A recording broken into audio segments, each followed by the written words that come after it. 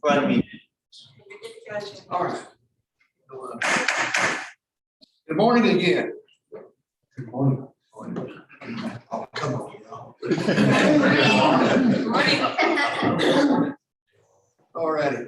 Liberty County Commissioners Court regular meeting, September 28, 2021. We're about, I've got 7 minutes after 9. We had business for the court this morning. Let the record show that Commissioner Grabowski's present, Commissioner Walker's present, Commissioner Wilson's present, and Commissioner Whitmire is not, but he is here by way of Zoom. Therefore, we do have a supermajority present for this, well, the day that we need to get the new budget passed. And by law, Matthew, if I'm not mistaken, we have to have a supermajority present. Is that correct? That's correct. So we are in accordance with the law. If we would all rise, Lee's going to lead us in the pledges. Please face the American flag. I pledge allegiance to the flag of the United States of America and to the republic for which it stands, one nation, under God, indivisible, with liberty and justice for all. Please face the Texas flag. Honor the Texas flag. I pledge allegiance to thee, Texas, one state, under God, one and indivisible. Y'all would pray with me. Heavenly Father, we thank you for this day. We thank you for each and every day. You allow us to get up in the morning, offer our prayers and our praise to you, ask for your blessings, ask for your blessings upon our country, upon our state, our county, our cities, our families. We go through each day, we ask that you guys, you offer your wisdom, your knowledge. You instill in us your ideals for a perfect life, for a perfect world. And Lord, I know sometimes we fall short and we ask for your forgiveness. Lord, please be with us as we go through this meeting today. It is important as we try our best to go through the needs of the county, go through the needs of all the individuals that live in this county. We do our best to be as fair with everyone as we can. Lord, we thank you for this day again. We thank you for all your wonderful blessings, your grace, your forgiveness, your love that you gave us so much that you gave us your son. Lord, be with us, our nation, as we go through some tough times with COVID.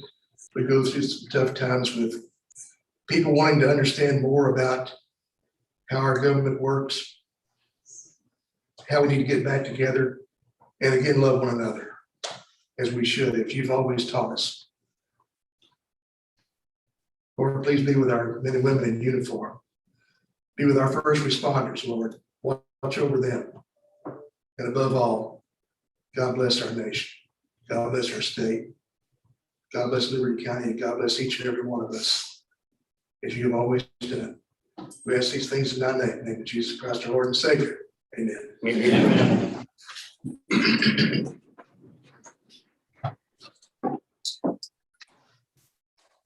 Well, are there any notices or proclamations? I know that I don't have anything that was offered this morning. We didn't have anything, did he? Okay, so we have public comment from Ms. Chambers. Once again, Oh, we're getting the brands. yeah, on. we need to take that off there, I guess, but yes, no, they're still coming in. Okay, Getting pretty regular. I've had some interesting little scenarios come up and some fun ones to look at. I think my favorite one so far is empty wine glasses. So I know we like to share our more interesting brands that come in. It's like, we got a really cool one today. So Clark's share them, but yes, we're still registering brands. You still have till February 28th to renew. So come on in and get your brands. Yeah, the most interesting brand I ever saw was, it was in 1918, where it was 13-0, was branded on the side of Depot. There you go. So we look at his name. You Longhorns don't take that. Wrong. Thank you, Lord. All right, Aggie Lori, you're correct. All righty. Number 6, on declaring any conflicts of interest. Are there any, does anyone here have any declaration of conflicts of interest on any item on the agenda? Being none, we'll move forward. Consent agenda. I hope you all had the opportunity to look over this. Mr. God, do you have any add-ons today? I've got some add-ons and one correction. On item 3, budget amendment, that's DA special investigator. That should be DA pretrial. It's a pre-trial version. 142. I got these bills to add. Gulf Coast Materials. Cities, these first 2 are grants. Gulf Coast Materials, $76,633.97. Gulf Coast Materials, $479,356.56. I got one payment on bait for $7,500. One to public management, $5,200. One to LJ Engineering for $9,417.50. One to T Johnson Industries for $25,547. And one to Marine Solutions. This is the security deposit for the tax office. Yes. For $3,990. Any more? That's it. I don't, thank you. Matthew, do you have any questions on here? Question over compound. Move to approve consent agenda with additional appointment and correction. All right, motion to approve. Second. Positions noted. Greg. Second, Bruce. All in favor, say aye. Aye. Likewise, nay. That motion carries. Thank you, gentlemen. Regular agenda, number 8. Consider to approve adopting the salaries of the elected officials for the fiscal year 2022. Of course, we set these salaries back in May. We had our public hearing over these salaries. 2 of them, no, well, 1. We only had to have 1. But we are in accordance with the law. Are there any questions, concerns, discussions? If not, I'll entertain a motion. Make a motion to approve. Motion, Bruce, second, Leon, to approve. All in favor, say aye. Last days, that motion carries. Thank you, gentlemen. Number 2, consider to approve the adoption of the Liberty County budget for fiscal year September 30th, 2022. And of course, that's what we're here for. One of the main reasons we're here for today. Are there any questions, concerns, discussion? Not entertain a motion. Make a motion to approve. Got a motion from Leon, second from Greg to approve. All in favor, say aye. Aye. Likewise, nay. That motion carries. Thank you, gentlemen. Number 3, consider and approve adopting the 2021 tax rate. Of course, we've had our 2 public hearings in that regard, as prescribed by law. We are in accordance, and there being no discussion today, I'll entertain a motion to adopt this new tax rate. Make a motion to approve. Okay, got a motion from Leon, second from Bruce. All in favor, say aye.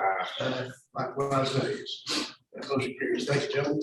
Number 4, consider and approve interlocal agreement with Liberty County and the Old River Drainage District number 1 to maintain streets, roads, ditches, and recreational areas which need maintenance. Is for Mr. Wilson, Precinct 4 Commissioner. This is just your usual standard and local. Make a motion to approve. Second. Motion from Leon, second from Bruce to approve. All in favor, say aye. Likewise, nays. That motion carries. Thank you, gentlemen. Number 5, Mr. Brown, if you would pull up, Brother Rick, consider and approve the payment of the county's portion of the 2020 TERS tax increment reinvestment zone. That's in the Cleveland area with Royal Oaks, if not mistaken. And this amount is to be verified, correct? Great. Grand Oaks. Yeah. Royal Grand Oaks, Grand Oaks, Royal Oaks, whatever. Charcoal. Yes, yeah. Yes, sir. Each year, it's kind of an after the fact, terms agreement that was entered into by Commissioners Court.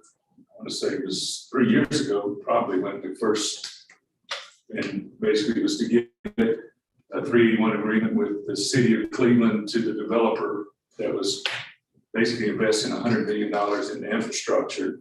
And he wanted some kind of, I guess, payback for investing in all the infrastructure. And of course, it met all the requirements that we had to participate in as a TERS for the county.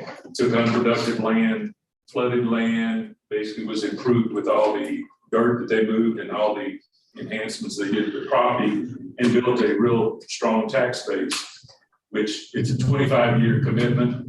I think it was 25 years that we agreed to pay back 60% of the increased taxable value each year. So you have a base of, I think it was the 2017 or 16 was the base.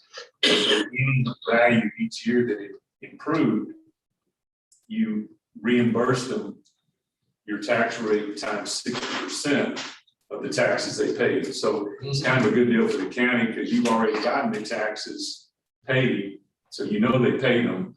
Then it's your responsibility as a member of the TERS to get a bill from the TERS, and then you pay them out of your 2020, in this case, taxes. You pay back your portion. So you kept 40%, you gave them back 60%. It was a little slow in getting going, just like any development, but now they had an increase this past year. We calculated of over $12 million in taxable value from the base year to the 2020. We got all those numbers July 29th from the city of Cleveland. Of course, we requested those because it's part of the truth in taxation that the county has to use each year to determine their revenue rate and their voter approved rate. That's one of the factors that goes in is how much you paid out in the TERS. So we went through a pretty strenuous process of making sure all those taxes had been collected before we pay them back, because that's the process. You don't want to give them back something that they didn't pay. And we found that there was a few accounts that had not paid, so we discounted those. It's around $7,000 or something that weren't paid by July 29th. And of course, we can't just wait around because everything's on the clock. We had to get you your rate by August 7th so that you could start your process, working in your budget, getting all these things done. So we basically used a number of $32,285 is what was the county's portion of the 2020 taxes that would go back to the TERS. And we presented that. We also used the $27 million increased appraised value for 2021 numbers. So we inserted that into the truth in taxation calculation. So all those are what the basis of your tax rate and all those were. So today I can verify the $32,285 is what we use in our calculations, and that's what we're recommending that be paid back to the TERS from the 2020 taxes. Any discussion?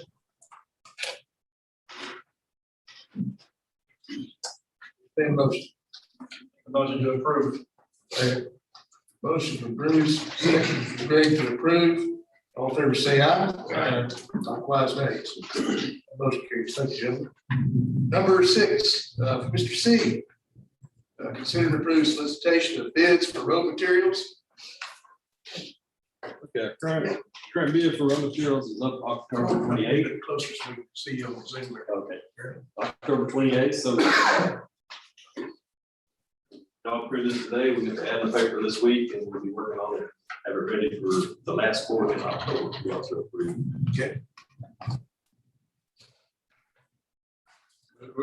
Second. All right. Motion, Greg, second, Leon, to approve, all in favor, say aye. Earl, I'll get with you before. Likewise, nays. Motion carries. Thank you, gentlemen. Number 7, Mr. C, consider and approve the purchase of a truck for precinct 1 in fiscal year 2022. So October 1st, right? October 1st. There you go. This is one that we're gonna bid out. I'll go through my board for precinct 1. Make a motion to approve. Motion Bruce, second Greg to approve. All in favor, say aye. Likewise, nays. That motion carries. Thank you, gentlemen. Number 8, Mr. C, we're just gonna work you today, aren't we? Yeah, good. Consider and approve the purchase of a 2021 truck in the amount of $33,859. Caldwell Country Chevrolet through the buy board contract 601-19 for precinct number 3. This is a truck they have on the lot that they say they can deliver to us by Thursday, which is the national fiscal year, so. You're running the wire, aren't you? Precinct 3 is, they do it after, let's take it out next year. All right. Half ton, I think. Chevrolet 1500.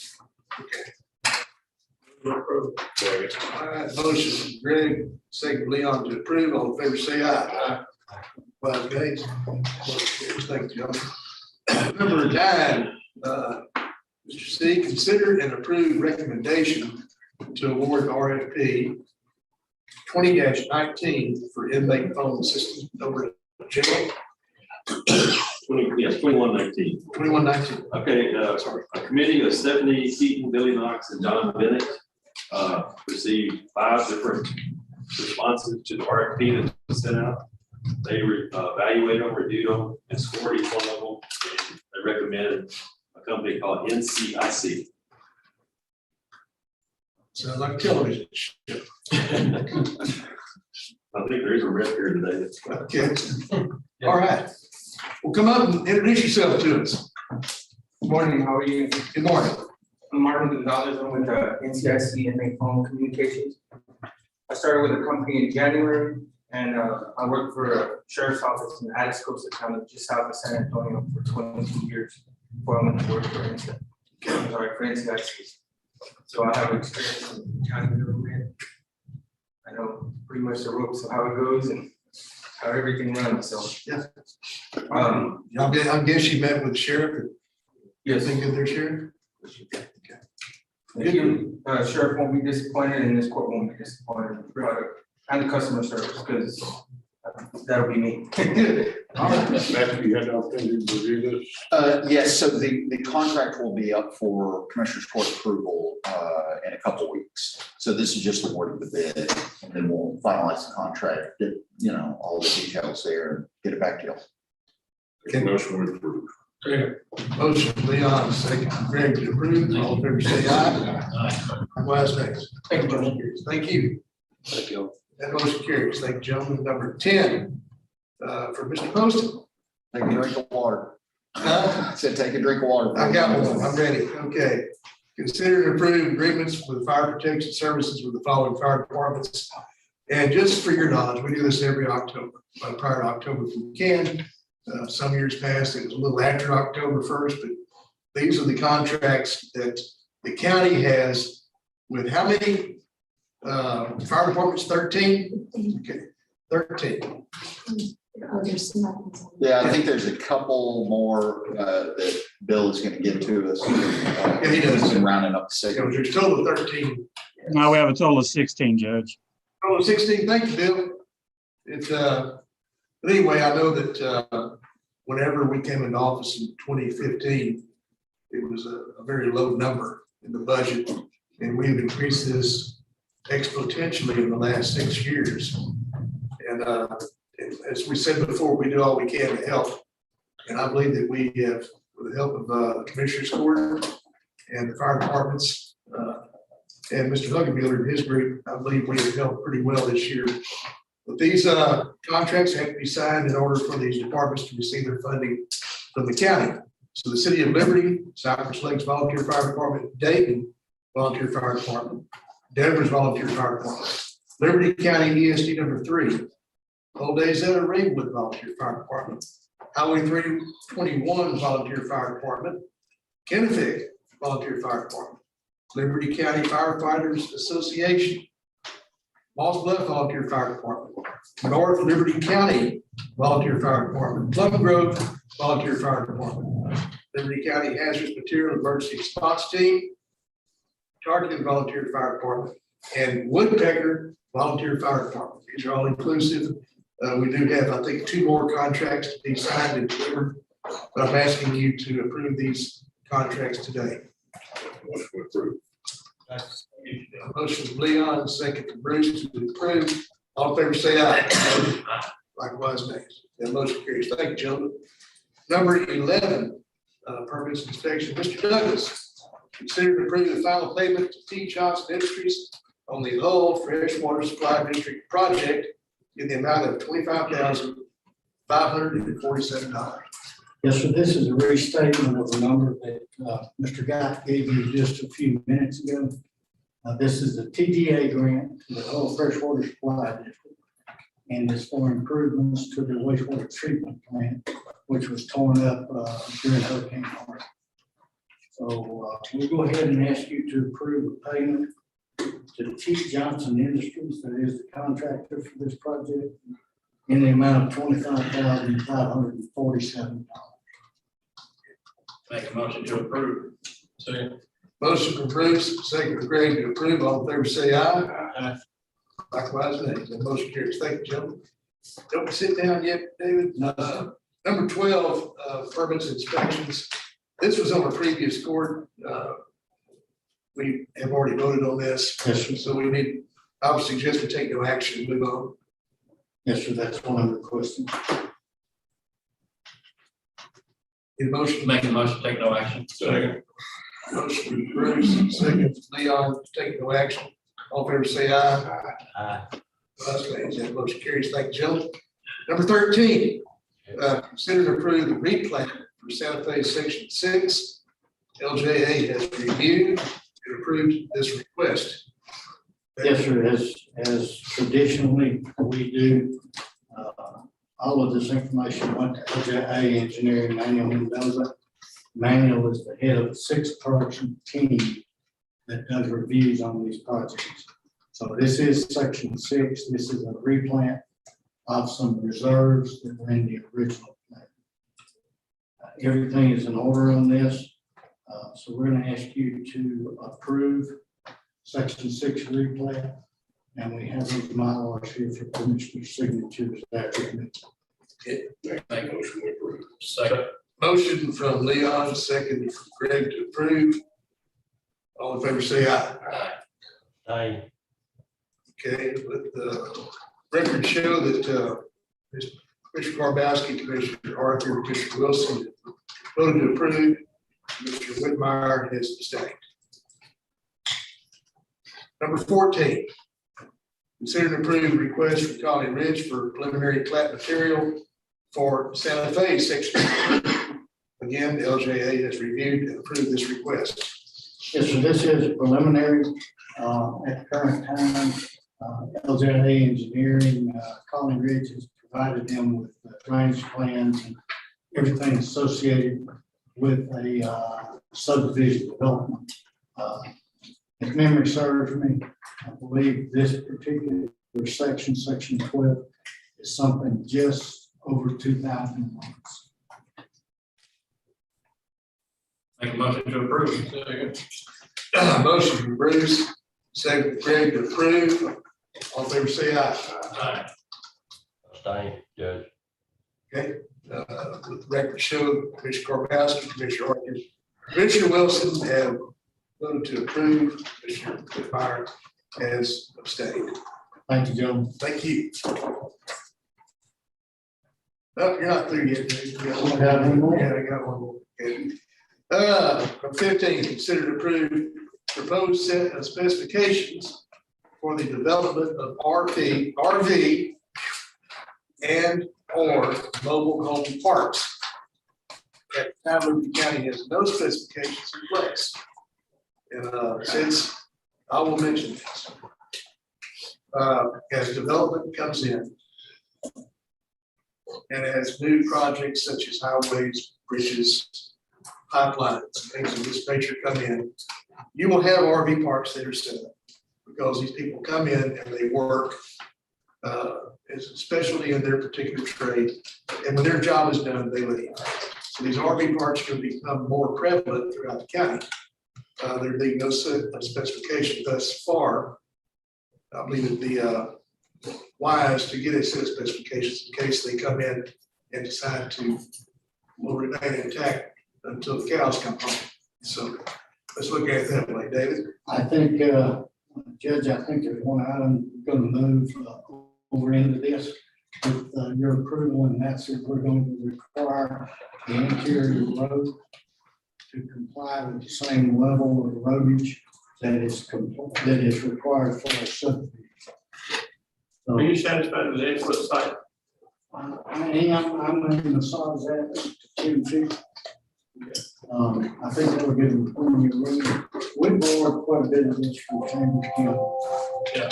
And so I think with the addition of the subdivision road classification, that's going to be a big help on this. And then we'll up the site width from 8 feet to 10 feet.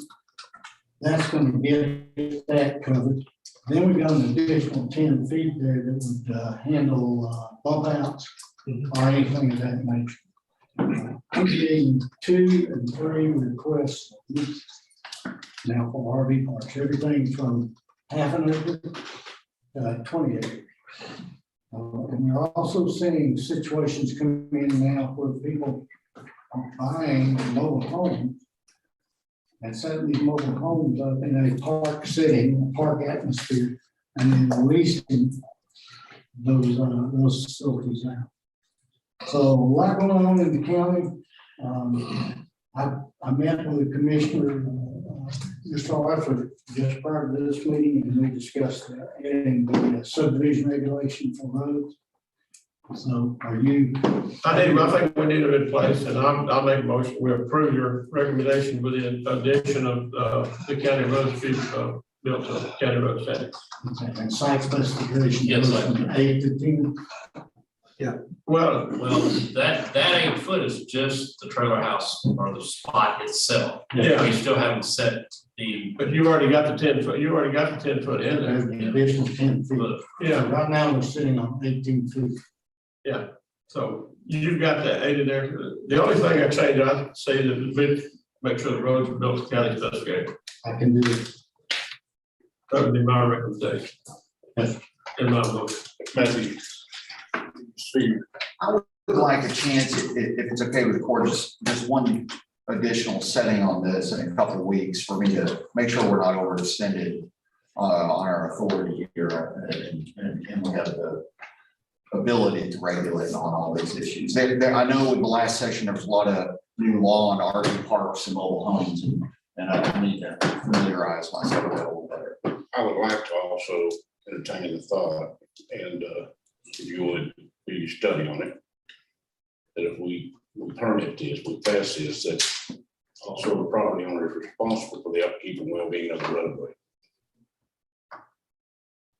Yeah, I'll take a look at it. It'll be private property, so I can see. That's, yeah, what, you know, typically the county's authority to regulate is triggered by the subdivision of land. And I know that there's a number of court cases that are older that some of the RV parks, mobile home parks would sue the county saying, you don't have authority because I'm not subdividing, I'm just renting, you know, on a daily rate kind of thing. But would that fall under private property? Exactly.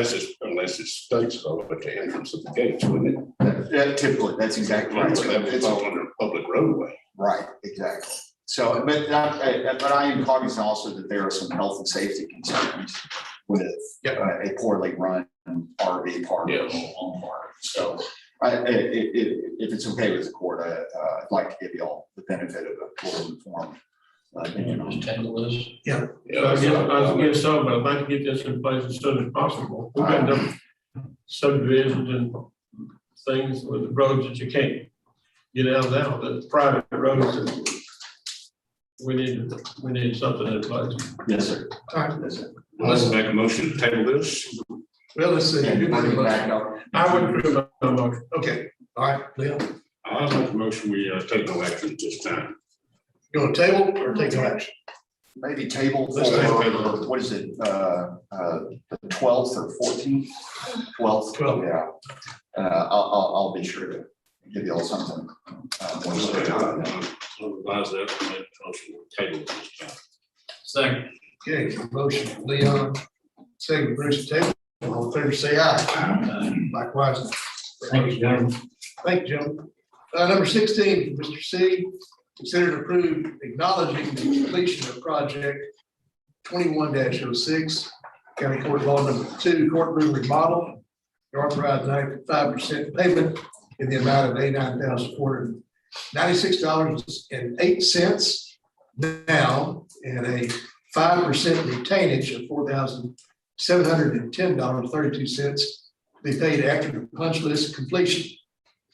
Okay, it doesn't sound that this is Myron McDowell construction. Right. And you all have a punch list, looks like mostly touch up paint, a few lights, that will be complete. I may add that they have done a fine job in there. They really have. That's pretty. I mean, it's between the between Bruce kicking it off, Kenny Burns and company get this. After that, TDCJ and their group with the furniture, and then Myron McDowell and company with his construction group, they could have a really, really nice product. Make a motion to approve. Motion from Bruce, second Greg to approve. All in favor, say aye. Aye. Motion carries. Thank you, gentlemen. Number 17 from Ms. Harris. Consider to approve employee and retiree health insurance premiums and county contribution rates for 2022. And I see Chuck on there. Chuck, how you doing? Good morning. Good morning, commissioners. This is an item that actually was tabled 2 weeks ago. We got a motion to approve all of the recommendations, but the one item that was left was the funding rates. And it was really just to have Dwayne check to make sure that the rates that were presented on the 14th of this month matched what was in the budget. And Dwayne has confirmed that they do match. And so we're just trying to get a formal approval of the funding rates for what Liberty County is going to contribute for the active medical plan. Happy with this way? Yes. All right, I'll make a motion, we approve. Got a motion from Leon, looking for a second. Second from Greg. All in favor, say aye. Likewise, nays. Motion carries. Thank you, gentlemen. Thank Have a you, good Chip. one. Thank you, Appreciate sir. all the work. Y'all Absolutely. keep the rate over in Jefferson County for us, okay? Everybody? We'll try to. You have a good day. Thank you. All right, number 18 for Mr. Bush, and our friends with Bickerstaff as our group out of Austin that we contract with to keep us on the straight and narrow. They work very, very closely with Matthew Poston, our county attorney, and our election administrator and commissioner's court. This is receive and discuss. Sorry, I'm sorry, go ahead. do we need to stop for a minute? No, stop, don't do that.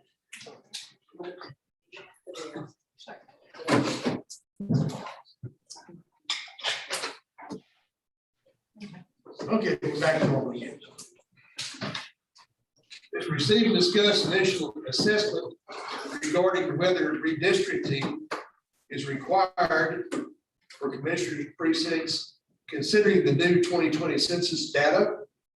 And if so, discuss and consider adoption of redistricting criteria to apply to development of new districting plans and guidelines for public participation in the redistricting process. As y'all know, every 10 years, we have to go through redistricting. So we're running a little bit behind this year because the census was running behind Glenn. And you've been in contact very well for us in Austin. Pretty much leading the charge, keep us on the straight and narrow with how many people really live in this county and how many voters do we have, and then what are our guidelines for this redistricting, because it not only affects every commissioner in this court, it affects every voter in this court. So if you would, please come up and enlighten us. To help, Victor staff. Absolutely. Thank you, Judge. This is the first of several meetings that we will be having moving forward on redistricting. This meeting is setting out your data points, explaining the data. We won't be drawing maps today, but this will be setting the parameters. And we do have Catherine Todd from Bigger Staff. She is our election specialist, or as that handles our redistricting for Liberty County, and guiding us through this process. So I'm going to turn it over to her now to walk us through the data points and set our parameters to move forward. Catherine, if you would, come on up. Okay, thank you, Judge. And thank you for being here today, Jim. How was your drive in Boston? I'm actually in Houston, In so Houston, never bad at all. All right, that's good. It just started raining when I got here, so I don't know if I brought the rain with me. Apologize for that. Good morning, Commissioners and Judge. I'm here from the law firm of Bakersdorf, Zapato, and Costa, and I'm going to present the initial assessment. What we're going to talk about is we're going to review the census data that we just got in August for the 2020 census, and then we're going to review whether the county has an obligation to redistrict. And look at the population in each of the 4 precincts. We're also going to explain the legal requirements that come to play in this process. And then we're going to explain each of the legal requirements and how it affects this court. So I'm going to move to the next slide here. So there are 3 guiding principles. The one person, one vote, because we are electing commissioners.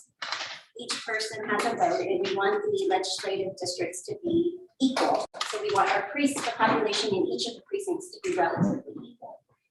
And then there's a non-discrimination guideline based on the Voting Rights Act that we're going to apply. And then we're going to look at the Voting Rights Act Section 5 of retrogression, although it does not apply this cycle because Congress did not make the requirements it needed to that Voting Rights Act, but we're still going to look at that just in case. We're going to move to the next slide. So we've already talked about the fact that the precincts need to have relatively equal population. And we look at a total deviation of less than 10%. In a little bit, I'm going to show you the population data that we received from the census. So here is an example in the next slide of a district or a county that has about 40,000 people living there.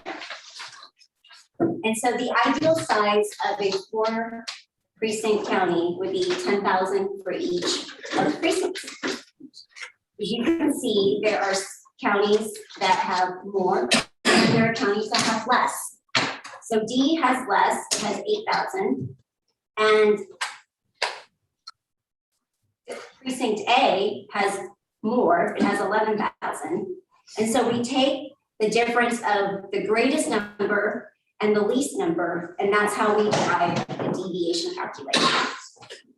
And so in this county, this example we have here, the deviation is about 30%.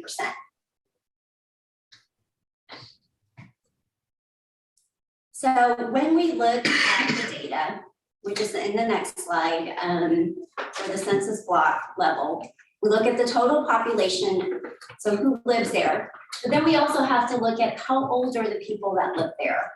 Are they of voting rights age? So they have to be 18, at least 18. And then we look at their race and whether or not they are of Hispanic origin.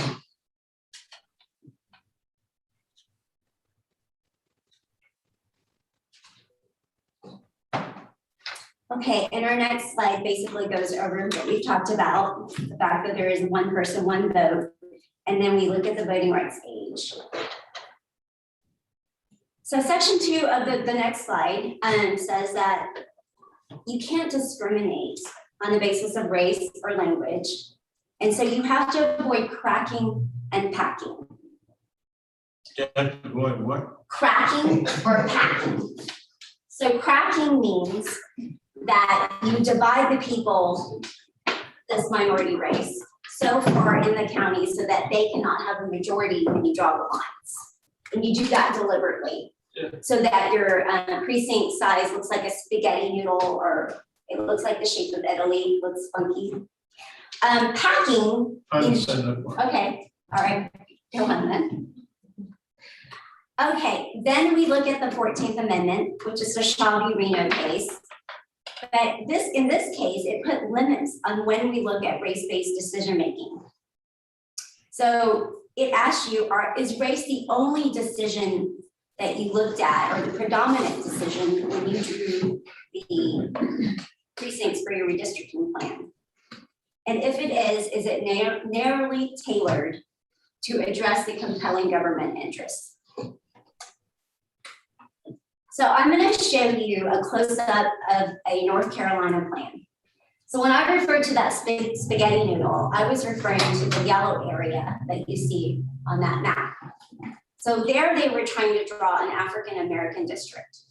And you see that the court said was not acceptable. Okay, and then in the next slide, I'll show you what happened in Harris County in the Bush v. Vera case.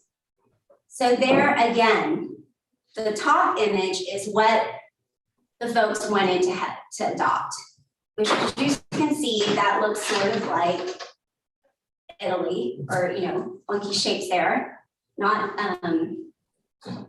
distinct shapes that took into account the roads and the people and the precincts that were already existing.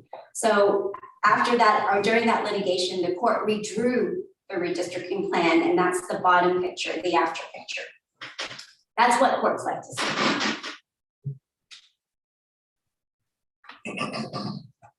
Okay, and so these are the standards that we look at after Shaw and Reno. Race cannot be a predominant factor. It's okay to consider race, but you have to satisfy Section 2 and Section 5. And to narrowly tailor, you use race no more than necessary. So no bizarre looking shaped districts. Okay, and then the next slide, we talk about the Section 5 of the Voting Rights Act. So this does not apply this time around because Congress has not put in the guidelines that was required by the court. So it doesn't apply, but we bring it up just to talk about retrogression. And all that means is that you can't draw something in this new cycle that puts a minority group worse than what it would have been in the past. And so they look at the benchmark of what you have currently, and they compare it to what your new plan is. And if the new plan looks worse, then that's probably not okay. Okay, but it don't have necessarily be just totally equal, but just, we don't want to make, you don't make it worse. You don't want to make a minority group worse off. That's it, right. Okay, and we just talked about benchmark, which is what I just talked about, just can't be worse. Okay, and these are the criteria that we recommend that you adopt today at the meeting. That you have identifiable boundaries, that you maintain communities of interest and neighborhoods, you use whole voting precincts if possible, you base the plan on existing districts, you adopt districts of relatively equal size, you draw districts that are compact and contiguous, you keep existing incumbents in their districts, you narrowly tailor the plans to comply with the Voting Rights Act. Okay, so these are up for your consideration, and we recommend that you adopt all of them. The considerable size. Yes. I see that would be almost impossible since all of our growth is on the east side of the west side of the county. We're already equal size in land mass or in voters.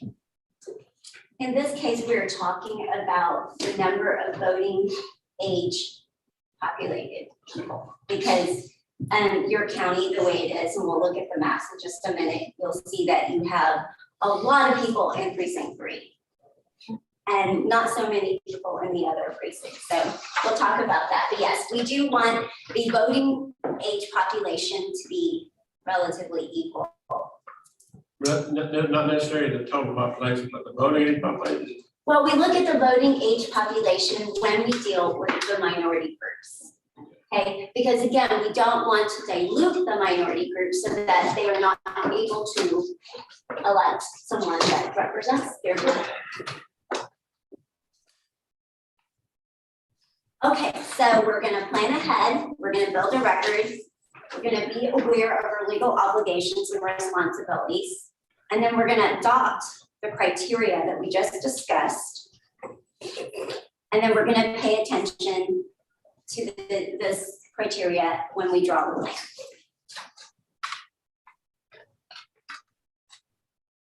And here are some more steps of how we balance the conflicting legal obligations in redistricting.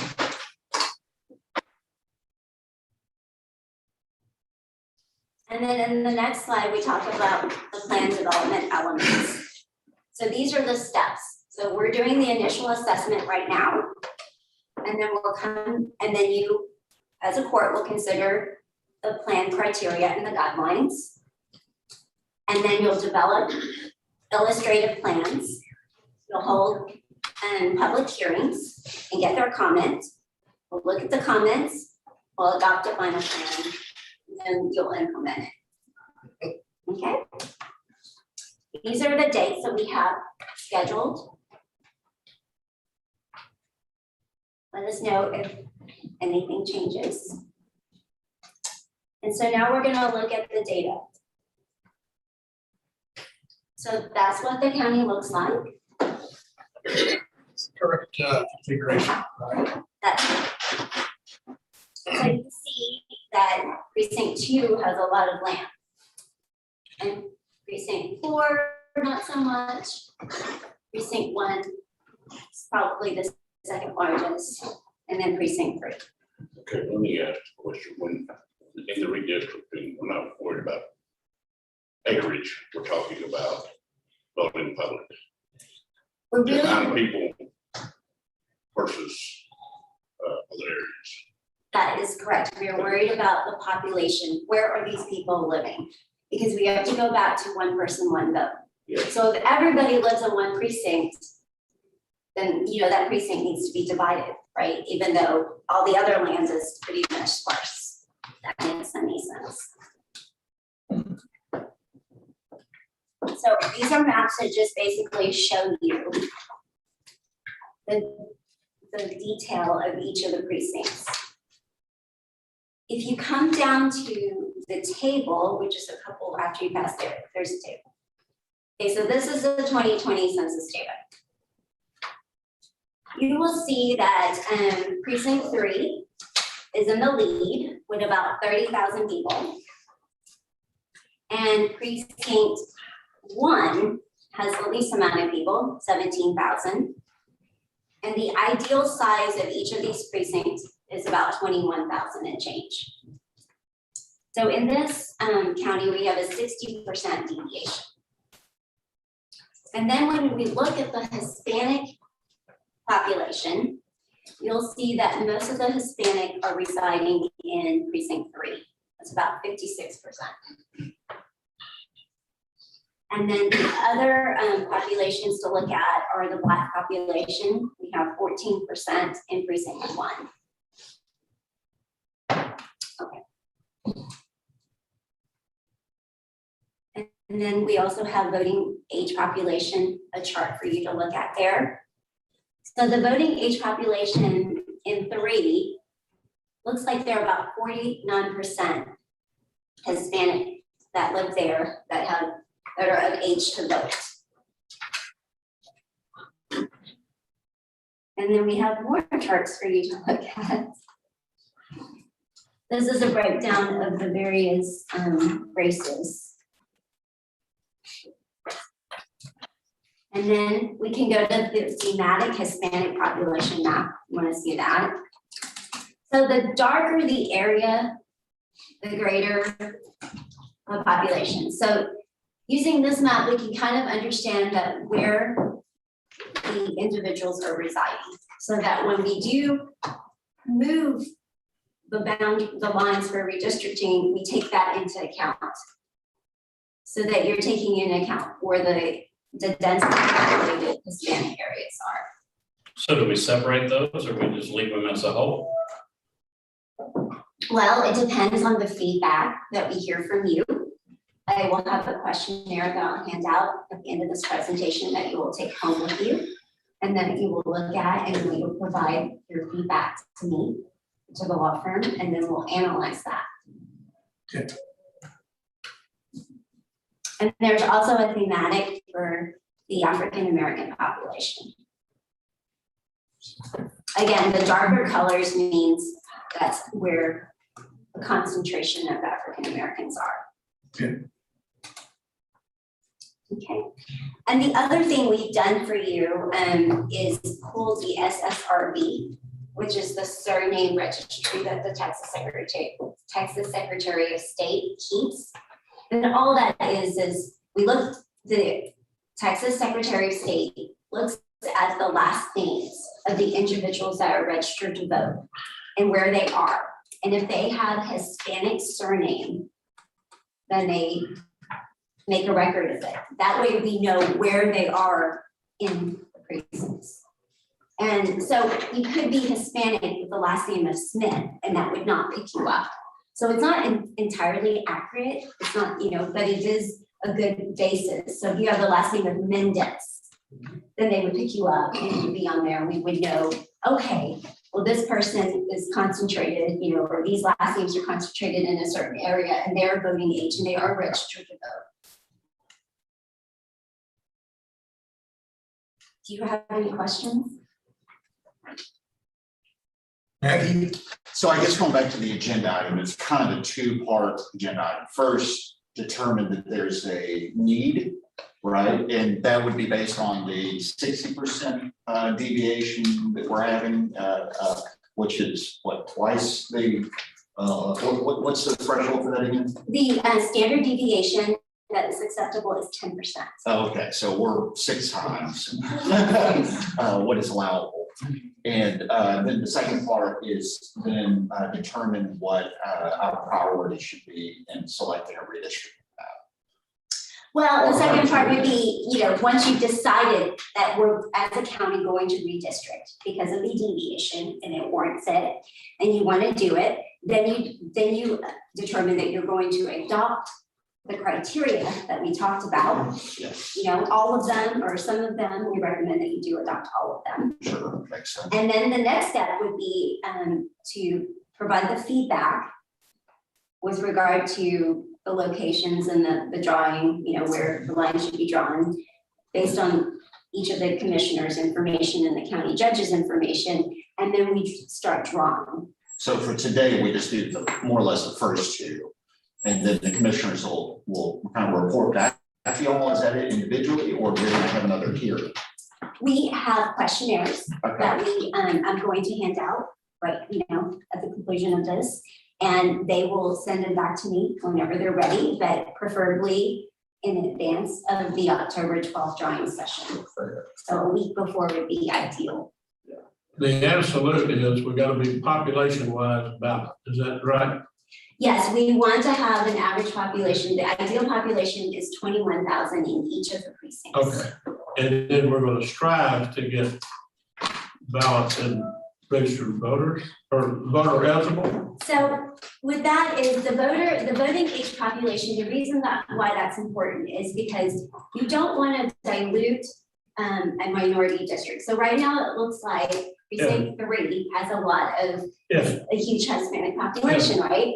So if we start, the thing though is that precinct 3 also has the highest number of people. Yes. Right, so we have to take people away from precinct 3. Yes, yeah. Okay, so when we take the people away from precinct 3, we just want to be aware that we don't want to dilute the ability for precinct 3 to elect a Hispanic person if it wants to. So in our division, we don't target the Hispanic area as far as redistricting and putting them in different precincts, just for the purpose of diluting the Hispanic Well, and that's why it's tricky, because then we have to look at the surname registry, the SSRB I just told you about. And we have to see, of the Hispanic people, are they registered to vote? So are they even voting? Yeah. And the whole reason why we don't want, we're cognizant of the Hispanic population because we're going to take some of them away from precinct 3, is that we don't want to not draw a district that has a minority majority if we're able to. Because if we don't draw that minority majority district and we're able to, then that's what causes, someone to come in here and have a basis to sue you. Although people can sue you any time, all they need is a filing fee, right? But the basis for suing you is what I'm talking about, right? So that's why we look at all this data. We want to be aware that if we're able to draw a Hispanic majority district, that we do that. And so that's why we need to be aware of who is registered to vote in the Hispanic population and where they reside. And I have that data for you today. Mainly, we got, absolutely, got to be population wise. And the rest of these things are considerations, size of precincts and all that stuff. The stuff we'll strive to meet some kind of standards. Right, because we don't want to not draw a minority district if we're able. Well, can I say something? That was just a quick question. So 3 has a population based on the last census of 30,000, right? And we're striving for a goal of getting a district, precinct size to be 21,000. 21,000. Yeah, so what you're asking for, it seems like it's gonna be difficult because, just because if you split section, split 3, or if the population of 3 is split, is predominantly Hispanic, I guess you would leave one part of that precinct with the majority of Hispanic and the other portion of the precinct not. Like how do you split it? She said if you can have a predominant Hispanic majority in the precinct, if I understood correctly, you don't want to split that up, but at the same time, we got a population that we have to split up. Even if you split it, any way you split precinct 3 up, you're still gonna have a Hispanic majority. It appears to me from what, I don't think you could. You're not gonna Split them up without, Right, if you want to look at the thematic Hispanic map again. I've looked at it. Okay. I like I didn't get the dates that you had down there. Oh, sure. It's like precinct 1, I have the most black population. I don't see me splitting this up as far as the black population at 14%. So why are we talking about splitting up the Hispanic at 56%? Aren't we gonna be taking those, that groups Well, rights away from them also? no, because you're gonna look at the voting age population and you're gonna look at the surnames. And I took a quick look at that for you already. It doesn't look like Hispanic population is registered to vote anyway. So they couldn't have elected a majority person if they wanted to because they're not registered to vote. I got a VAP and Hispanics in precinct 3 of 49.75. Right, but I have this as a SSRB, which I'm going to point out to you, and you'll see what I'm saying. It doesn't. You'll see that it doesn't matter, but we're. So we mainly need to concern ourselves with the population. Yeah. This is the SSRB.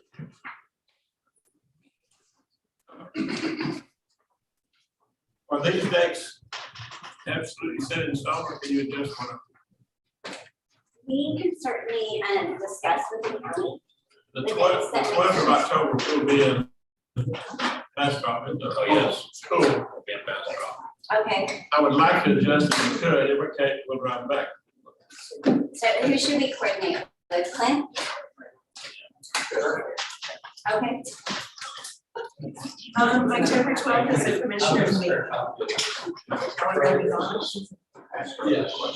That's the second Tuesday, that's a commissioners meeting. Just package. October 12th. Public. Yeah, The 21st is mine are just Thursday. leaving the same. We're out. Well, I mean, our big land or whatever. That's a commissioners meeting, 21st is a Thursday, the next week. That was the- November 9th is a commissioners meeting. Oh, okay, so Yes.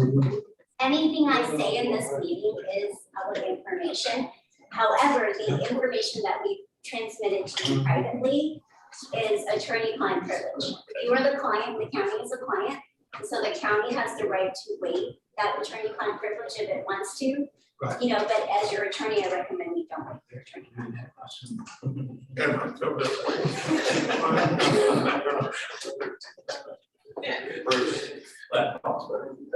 Okay.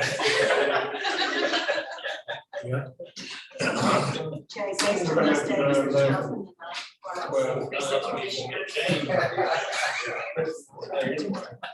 The other one, 21st is Thursday.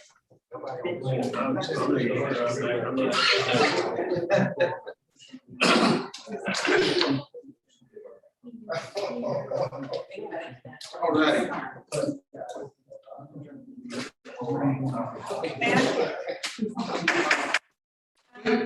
Really quickly, let's look at this. Matthew, what do we have to consider today as far as regarding the whether redistricting is required? Yes, it is. Yes, so, yeah, first determine that it is, and it is, as a matter of law. So we need to have a motion and a second and a vote. You'll be kind of handling this. It states, You do, but I think because of how this is divided, is you want to take part of. All right, thank you very much. So a motion to. Have a motion, we need a motion to acknowledge that redistricting is required. And we need a motion to approve adoption of the redistricting criteria. That was the first order they submitted.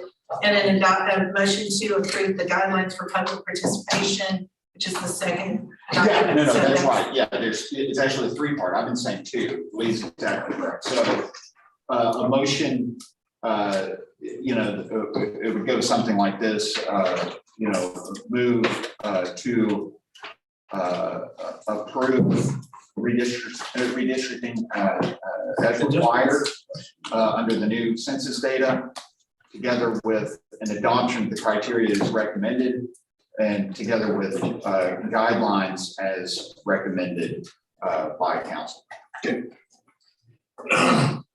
Okay, Matthew, you put that verbiage in, out there one more time. I thought that's what I did. So, yeah, so a motion to approve.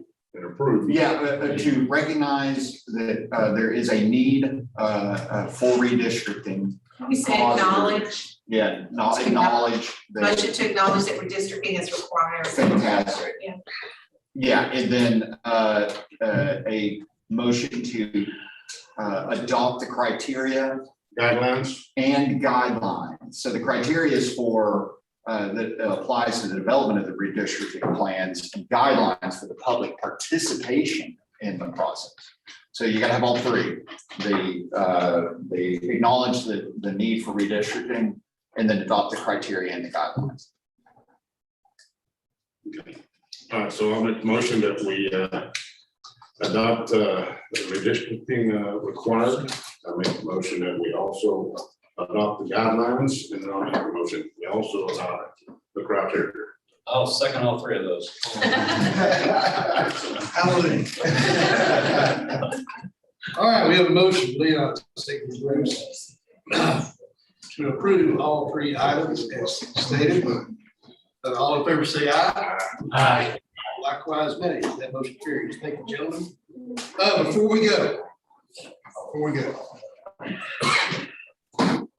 real quickly, Saturday at noon, we have our second annual prayer march for Liberty County. And everybody's invited. And it really is, it's quite a unique moment for everyone in the county that we have the opportunity to come together.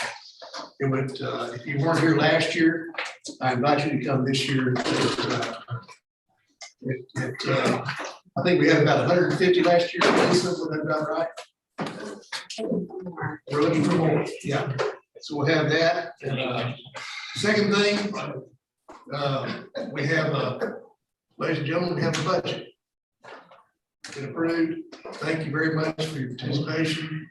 Mr. Gott, Ms. Harris, Matthew, commissioners, everyone that was inclusive in getting this budget. Written steps, which are difficult and sometimes quite painful. Thank you. I have a speech prepared, but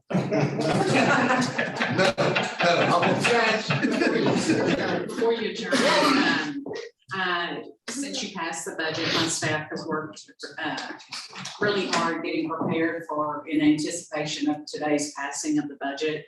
And I have with me the approval sheets for every department head. So if you're a department head, if you stop by here and grab a sheet from me, because we need these back as soon as possible. Yeah. So that we can get it all loaded in, so that we won't be up against too much of a deadline for October 15th. So I have them with me today. You'll grab yours before you leave. It'll help us get the ball rolling and get them back to us as quickly as you can. So, but I appreciate my staff working so diligently to get this together for us all.